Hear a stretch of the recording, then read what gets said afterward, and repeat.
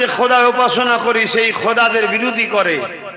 ইব্রাহিম নবীকে ডাকা হয়েছে, জিজ্ঞেস করা হয়েছে, ইব্রাহিম নবী সাফ সাফ বলে দিয়েছে যে হ্যাঁ, আপনি যা শুনেছেন সত্য শুনেছেন, আমি সেই রবকে আল্লাহ বলে মানি যিনি সূর্য পূব থেকে তোলে পশ্চিমে ডুবায়, যিনি মরা মানুষকে জিন্দা করে, জিন্দাকে মৃত্যু দেয়। জোরে বলুন সুবহানাল্লাহ। নমরুদ বলছে এটা তো আমিও করি, আমিও তো মানুষকে মারি, আর আমিও যে মরা মানুষকে জিন্দা করি।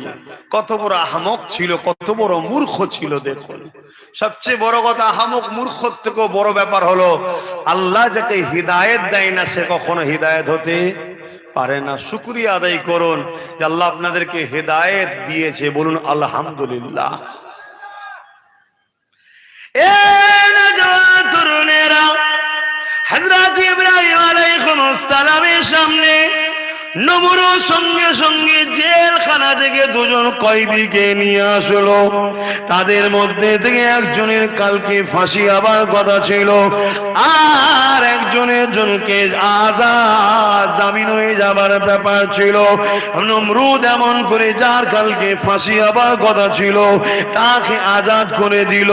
দিয়ে ইব্রাহিম খলিলুল্লাহকে বলতে লেগেছে, দেখো আমি একে মরার কথা ছিল, কাল ফাঁসি হবার কথা ছিল, একে আমি আজাদ করে দিলাম। আর এর কালকে ছেড়ে হাই পাবার জামিন হবার কথা ছিল, তাকে নমরুদ হত্যা করে দিল। দেখো এর কালকে আজাদ হয়ে যাবার কথা, একে আমি মৃত্যুদণ্ড দিয়ে দিলাম। এ যুবকেরা, তরুণেরা, ইব্রাহিম আলাইহিস সালাম বলতে তো পারতেন, আরে বোকা, এরকমটা নয়। কেউ যদি মৃত্যুবরণ করে, ওই যে তুমি যাকে শাস্তি দিয়ে মৃত্যু দিলে ওকে জিন্দা করে দেখো। ইব্রাহিম নবী তর্কে গেল না, কেননা জানে যারা মূর্খ হয়, যারা জালিম হয়, তর্ক করলে তাদের সঙ্গে চলে না। তাই ইব্রাহিম নবী দ্বিতীয় কথা বলল, আল্লাহ তো তিনি যিনি পূব থেকে সূর্য তোলে পশ্চিমে অস্ত্র দেয়, তুমি যদি খোদা হও একবার পশ্চিম থেকে তুলে দেখাও, কেননা আমার আল্লাহ তিনি পশ্চিম থেকেও উঠাতে পারে।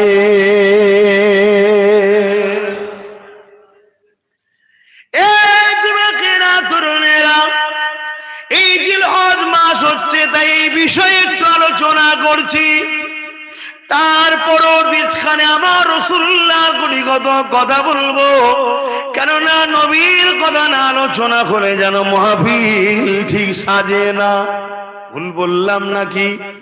কোরআনের পাতাগুলো যদি খুলে খুলে দেখে, আল্লাহ পাক কোরআনে যেখানেই বলেছে আইয়ুহাল্লাযীনা আমানু, হে ঈমানদারেরা, ওখানে আমার আল্লাহ আমার রাসূলুল্লাহর আলোচনা করেছে। এখানে আল্লাহ বুঝিয়ে দিয়েছে ঈমানদারের সামনে আমার বন্ধুর আলোচনা করাটা হবে আমি আমার কোরআনের স্টাইল। বুঝাতে পারছি তো নাকি? ঈমানদারের সামনে নবীর আলোচনা বেশি বেশি করতে হয়, এটা কোরআনের স্টাইল। আর সমস্ত ধর্মের মানুষ যেখানে থাকে সেখানে আল্লাহর তাওহীদ নিয়ে, আল্লাহর জাত নিয়ে, পাক জাত নিয়ে, আল্লাহর ক্ষমতা নিয়ে সেখানে আলোচনা করতে হয়। তাই আল্লাহ যেখানে যেখানে ইয়া আইয়ুহান নাস, হে মনুষ্য জাতি বলেছে, সেখানে আল্লাহ নিজের কথা বলেছে। আর যেখানেই বলেছে ইয়া আইয়ুহাল্লাযীনা আমানু, হে ঈমানদারেরা, সঙ্গে সঙ্গে নবীর কথা আল্লাহ শুনিয়েছে। জোরে বলুন সুবহানাল্লাহ। আশা করছি আমরা ঈমানদাররা বসে আছি, এখানে নবীর কথা বলতে হয়। তবে জিনার কথা বলছি, ইনি ছিলেন আমার নবীর দাদু। জোরে বলুন সুবহানাল্লাহ। বংশের মুরব্বী, জানেন তো নাকি? হ্যাঁ, হযরত ইব্রাহিম আলাইহিস সালাম আল্লাহ পাকের হুকুমে যখন কাবা ঘর তামির করতে লাগলেন, কাবা ঘর যখন নির্মাণ হয়ে গেছে, ইব্রাহিম আলাইহিস সালাম দোয়া করতে লেগেছে, হে আল্লাহ, আমি তো ঘর বানালাম, আমার মজুরিটা আপনি দেন। আল্লাহ পাকের কাছে ইব্রাহিম নবী মজুরি চাইতে লেগেছে। আমার আল্লাহ পাক বললেন, ইব্রাহিম যাও, আমি আল্লাহ এই ঘরকে আমার ঘর ঘোষণা দিলাম। এই ইব্রাহিম আর কি চাও বলো? ইব্রাহিম আলাইহিস সালাম বলতে লেগেছে, আল্লাহ আমার বড় একটা আরজু আপনার কাছে রয়েছে। ও ইব্রাহিম, কি আরজু, কি দোয়া বলো। হযরত ইব্রাহিম আলাইহিস সালাম যে পাথরেরটা রয়েছে মাকাম ইব্রাহিমে, যে পাথরটা রাখা রয়েছে ওই পাথরের উপরে তখন দাঁড়িয়ে আছে।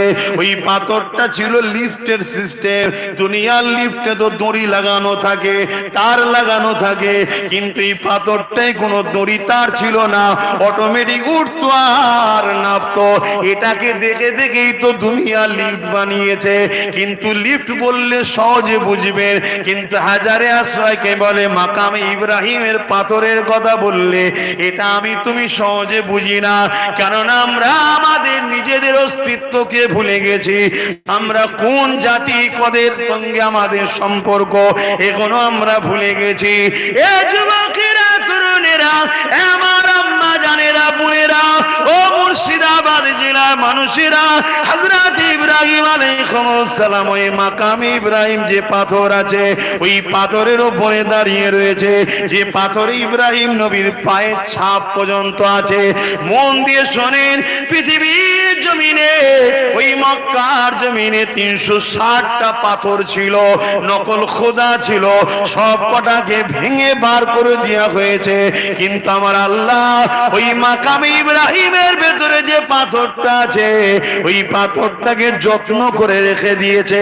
শুধু যত্ন করে রেখেছে তা নয়, প্রতিটা হাজি যখন 7 বার কাবাকে তওয়াফ করা হয়ে যাবে, প্রতিটা হাজির জন্য ওই মাকাম ইব্রাহিমকে সামনে রেখে আল্লাহ পাককে দূরে কাব নামাজ পড়াটা জরুরি ওয়াজিব করে দিয়েছে।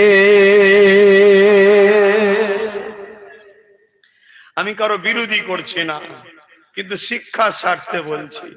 অনেকে বাপ মার কদম মুসি করে এলে ফতোয়া হয়, অনেকে পীর মোর্শেদের কদম মুসি করে বুজুর্গদের ফতোয়া হয়। আরে ওখানে মাকাম ইব্রাহিম, যেখানে ইব্রাহিম নবীর পায়ের ছাপ আছে, যে পাথর, ওই পাথরকে সামনে রেখে নামাজ পড়তে হবে, সাইডে রাখলে হবে না। কথা কিছু বুঝছেন না, বোঝেন না? সেখানে ফতোয়া দেয় না, এখানে ফতোয়া দেয়। বুজুর্গদের কাছে গেলে ফতোয়া, অলিদের কাছে গেলে ফতোয়া, অলিদেরকে তাজিম কদম মুসি হাতে বুসা দেয়, বা বাপ মাকে একটু কদম মুসি করে, এখানে ফতোয়া হয়। বা শিক্ষক, উস্তাদ, শেখ যেটা বলেন না কেন ফতোয়া হয়। কই ওখানে ফতোয়া দেন না যেটা পাথর ইব্রাহিম নবীর পায়ের ছাপ আছে, কেন সামনে রেখে আবার নামাজের মতো ইবাদত করব আল্লাহ? অথচ করতেই হবে, হুকুম আল্লাহ। কেন? কেন? ইব্রাহিম নবীর পায়ের ছাপ আছে। আচ্ছা বলুন তো ভাই, মক্কায় তো অনেক পাথর রয়েছে, কোন পাথরে তো ইব্রাহিম নবীর পায়ের ছাপ নেই, ওই পাথরটাই পায়ের ছাপ আছে কেন? হ্যাঁ, যদি বলেন নবীর কদম তাই পাথর নরম হয়ে যেত, তা হাজারো কোটি পাথর তো রয়েছে, কোন জায়গায় তো চিহ্ন নাই। আর যদিও চিহ্ন ছিল তো চিহ্ন মিটিয়ে দিয়েছে। কিন্তু ওই মাকামে ইব্রাহিমের ভেতরে যে পাথর আছে ওর চিহ্নটা আল্লাহ রেখে দিয়েছে কেন? এবং শুধু রেখেছে তা নয়, ওটাকে এমন এক জায়গায় দাঁড় করিয়ে দিয়েছে, দিয়ে শরিয়াতের মাসলা করে দিয়েছে আল্লাহ। কি?